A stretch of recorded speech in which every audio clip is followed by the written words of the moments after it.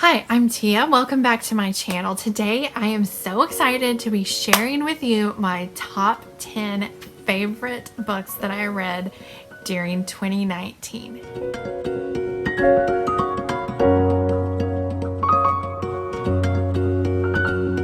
So this year I read a total of 165 books, so it was really hard to narrow this list down. That's why, as you had seen in previous days, that I slipped in some extra favorites in different genres here. And even on this list, I'm gonna have to do an honorable mention here at the beginning. I made this list a few days ago, but then I read another book that I just had to include on my favorites, and it knocked a book off of this top 10 list, but I still wanted to mention it to you. So that means that my honorable mention here, sneaking in at number 11, is The Lake House by Kate Morton. So this is my first ever Kate Morton book, and I absolutely loved this. Kate Morton somehow weaves two different timelines together with a mystery, and it just keeps you guessing about how all of the pieces are going to end up fitting together. Essentially, in the past, in the 1930s, there's this family in Cornwall who's having like a lake party or a lake house party, and their baby son turns up missing. Then in the future, the daughter, like teen daughter of this family, she's grown up, she's become like a very prolific mystery author, and a detective in the future has become, or in the present, has become sort of enthralled with this cold case and the fact that it was never solved.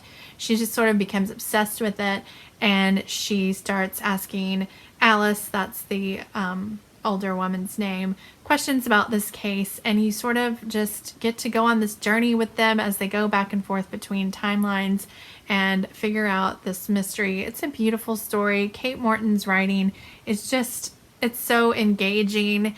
I was definitely just reading this quickly, trying to figure out all of the twists and turns, as well as savoring the just beautiful story and the way everything unfolded. So if you are into like historical fiction with a bit of mystery, I would definitely recommend this book. And I have a few more Kate Mortons on my shelf, and I'm looking forward to hopefully reading more of them in 2020. Okay, so now here comes the top 10 list, and number 10 on my list is actually a bit of a surprise for me. So this is The Woman in Black by Susan Hill.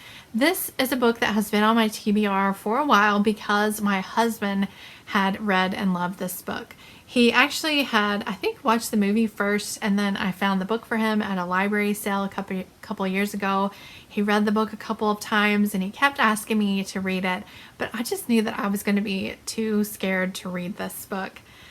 But he finally convinced me this October, and I read this for Spookathon, and I just fell in love with this. This is just my kind of scary book, I guess you would say. It is sort of a gothic mystery with some paranormal elements thrown in there. It was a really quick page-turning read. I couldn't wait to find out what was going to happen. I ended up watching the movie as well. It was really good, of course, because part of the reason because it stars Daniel Radcliffe, who I absolutely love. But the movie didn't follow exactly with the book. I think I definitely prefer the book to the movie, but the movie was still a good time as well. If you haven't read this already, I definitely recommend it. It's just so much better than I thought it was going to be. It was just a really page-turning, interesting, creepy, gothic thriller horror novel. It has all the elements in there. It was just great. Okay, and number 9 is the one that snuck in here in the last hour. I just finished this book like 2 days ago, I think, or maybe yesterday. And this is one that has been on my shelf for 3 years now, and it was part of my Reader on Haul project. I can't believe I haven't read this book yet. I'm wondering if you're guessing what it is. Probably not, but it's Shadow and Bone by Leigh Bardugo. So this is the first in the Grisha trilogy, the first in the Grishaverse books, and oh my gosh, I just loved this book. I can't even explain how much I was just enthralled with this book from like the first chapter. So basically, this book follows Elena. She is trained to be part of the king's army, and one day she is out on a mission. They're trying to cross this thing called the Shadow Fold, and when she finds out that she has Grisha power. Okay, so there's basically these people in this world who are called Grisha. They have all these different types of powers, and she reveals this power she didn't even know she had, and then she's taken away to be trained with the Grisha. And oh my gosh, so I had heard about this book for a while. Obviously, I did my best to avoid spoilers, which I think that I did pretty well on avoiding spoilers. I had heard just bits and pieces, basically people's names. I knew that there was someone called the Darkling that a lot of people were in love with and a lot of people hated, and I didn't really understand what the hubbub was about the Darkling until I read this book, and now I just have to read this whole entire series. I want to immediately binge all of the books in the Grishaverse. I can't wait until this show comes out. This was just really good. It's a great YA fantasy that kept me turning the pages. I feel like Leigh Bardugo did the world really well. I thought she had good world building, great writing that was easy to read. The characters were people that I was interested in knowing about, especially the Darkling. Hello, can we get a backstory on the Darkling? I need to know more about him. Yeah, I can't wait to learn more about the world. I really liked the side characters in this book. It was just great. If you haven't read this yet, I feel like the hype is worth it. I really liked it. Number 8 on my list is probably no surprise if you've been watching my channel for a while or a couple months or something, but that is going to be Daisy Jones and the Six by Taylor Jenkins Reid. I read this book almost right after it came out, and I fell in love with it. I just thought that this was a really well-written novel. There were so many quotable moments in this story. So basically, this follows the Six.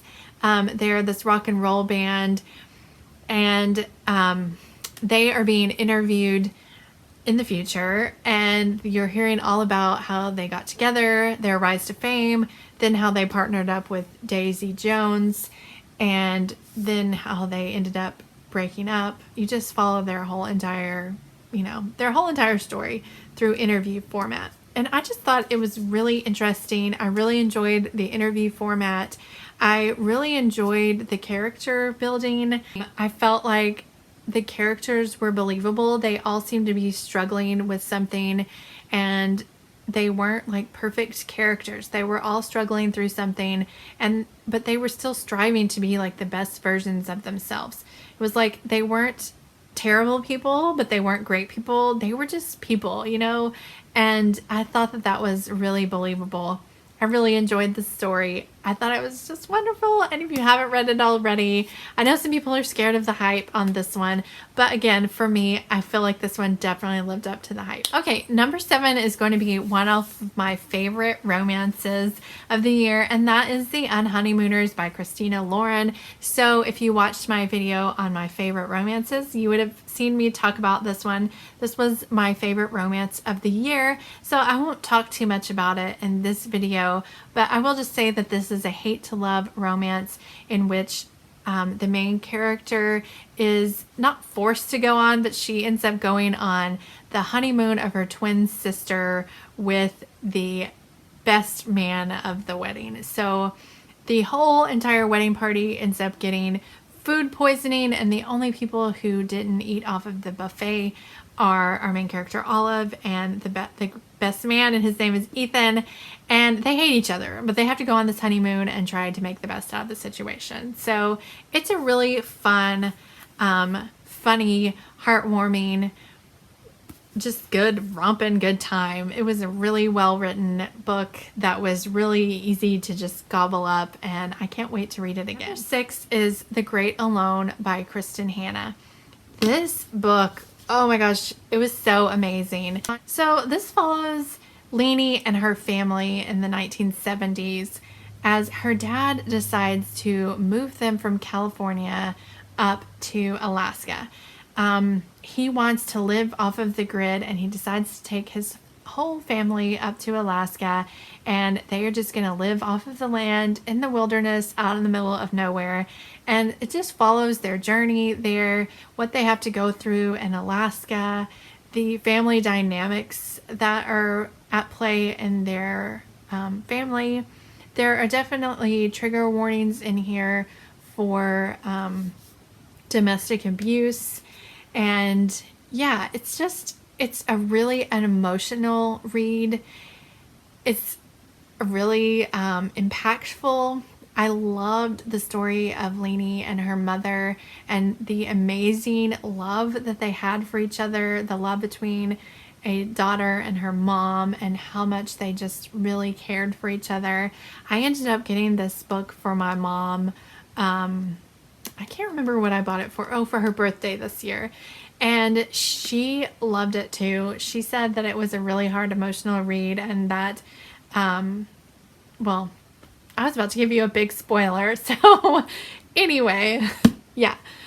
But so this gets the seal of approval from me and from my mom. We both loved this book, and I actually read this from Tara over at Buzzwords Books, and she loved the story as well.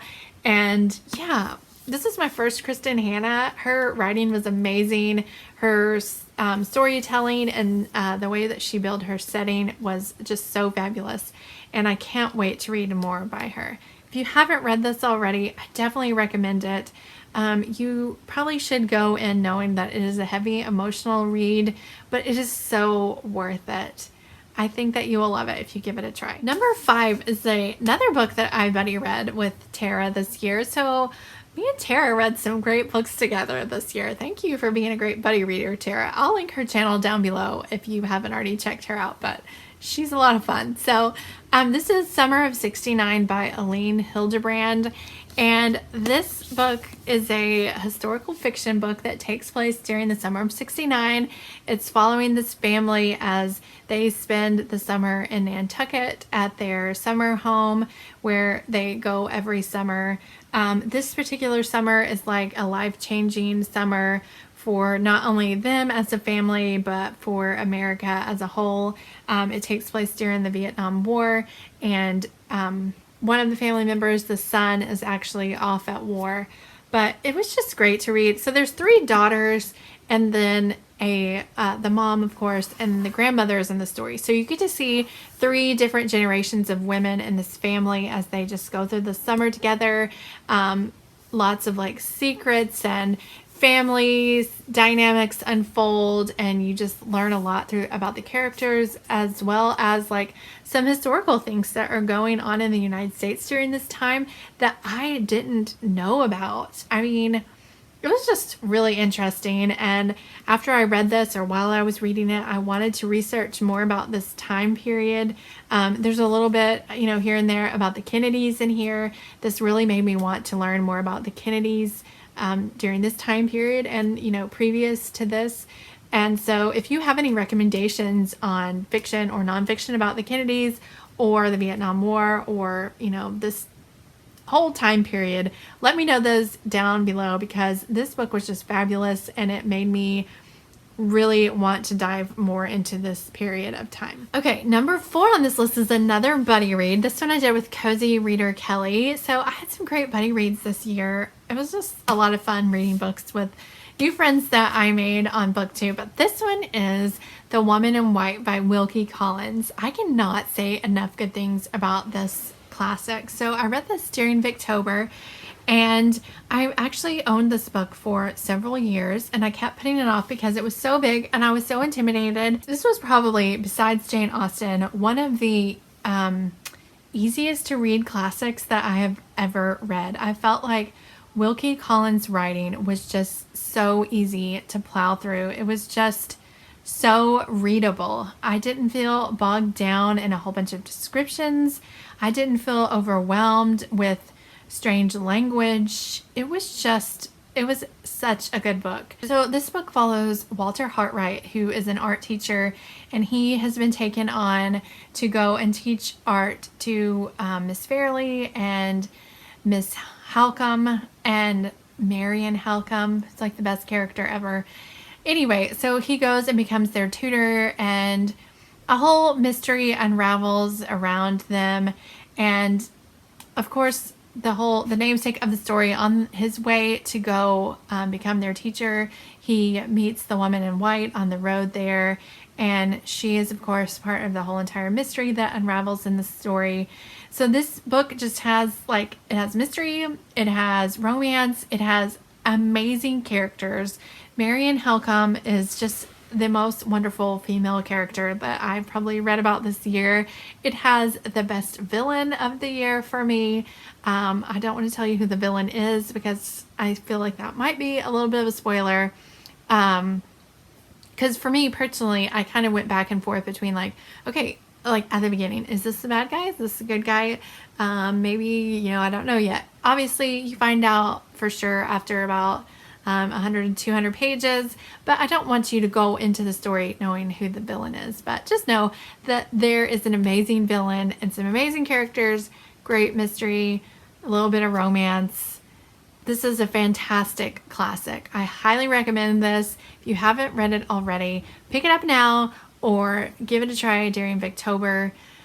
It's great. Number 3 on my list is another book that I read as part of my Read or Unhaul project. So this is a book that I had on my shelf for quite some time and kept putting off reading. But I just love this book, and I think I knew in the back of my mind that I was gonna love it, and that's why I kept putting it off, because I knew that it was always gonna be here for me. I could always pick it up at any time. But this is a historical fiction novel that takes place in 1783 in Cornwall. It's right after the American Revolution. Our main character, Ross Poldark, is coming home after fighting in the American Revolution. He comes home expecting to just pick up life where he left off with the girl that was his sweetheart before he went to war. But he's in for a surprise when he comes home, and things aren't going to be quite as cozy and easy as he thought they were going to be. Yeah, it was just fantastic. I love historical fiction. This book takes place over a few years.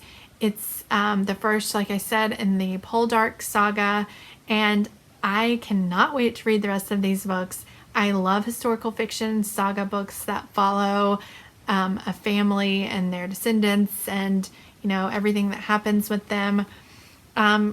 I don't know what else to say about this. If you love historical fiction, particularly this time period in England, I would definitely check this out. I am looking forward to reading the books and then watching the TV show. If you have read the TV show and read the books, I would love to know what books the TV show follows. Do I need to read all 12 books before I can start watching the TV show, or is it just the first 5 or 6 books and then I can watch the TV show?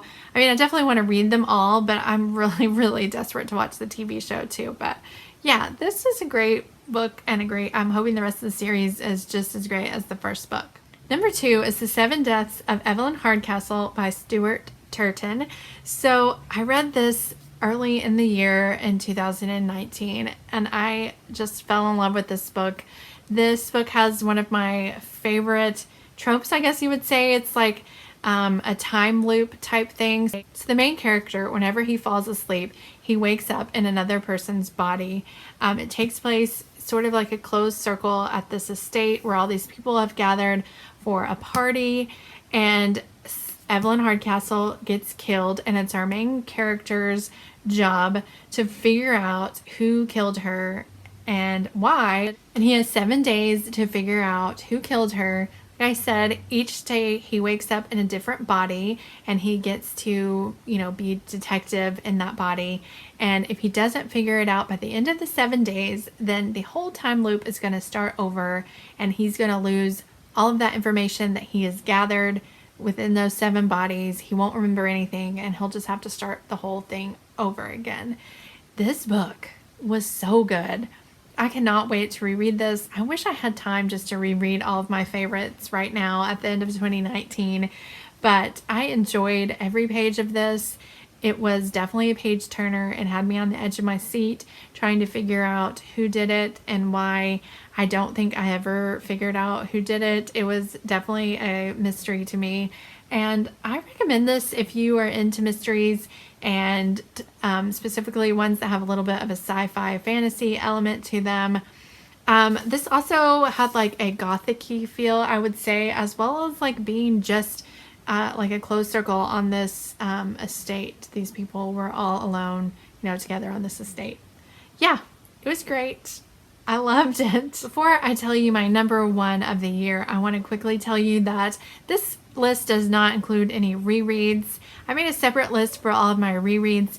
I didn't think it would be fair to include them on this list because if I did that, Pride and Prejudice and Emma and Persuasion would have beat out all of these books because those are my favorite books. And yeah, so while this one I'm about to tell you is my favorite book that I had not read previously to 2019, if that makes sense. I don't want to shortchange Pride and Prejudice because that's still my favorite book of all time. But the number one new to me book that I've never read before, came out in 2019, is going to be Recursion by Blake Crouch.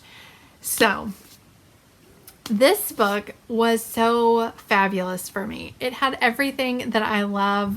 There was a little bit of romance. There was a lot of mystery.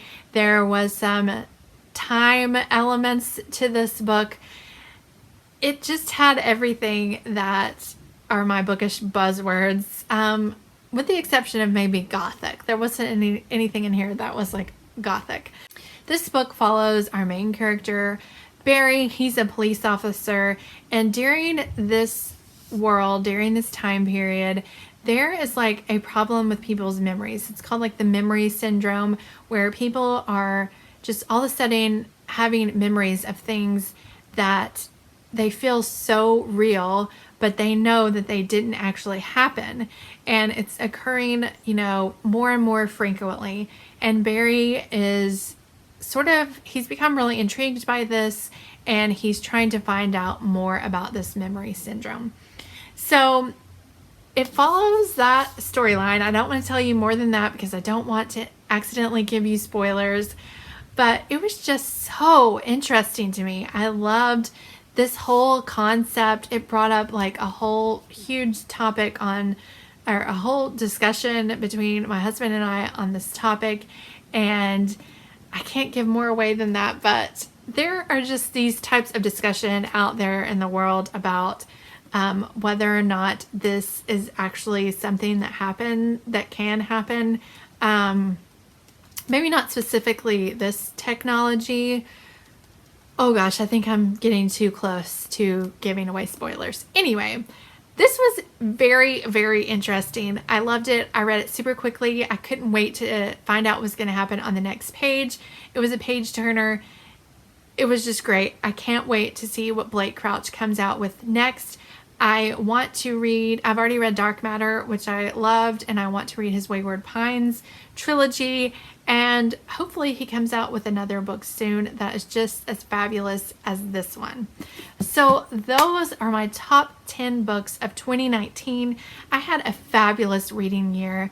I absolutely loved all of these books that I've recommended in this video, as well as the previous videos that I put out this week on my favorites. Please let me know if you have read any of these books and what you thought about them. I would love to hear what your top 10 books of the year are, or even just your top 5 or top 1, whatever you want to share with me down in the comments. I'd love to talk with you about it. Thank you so much for watching, and I will see you next time.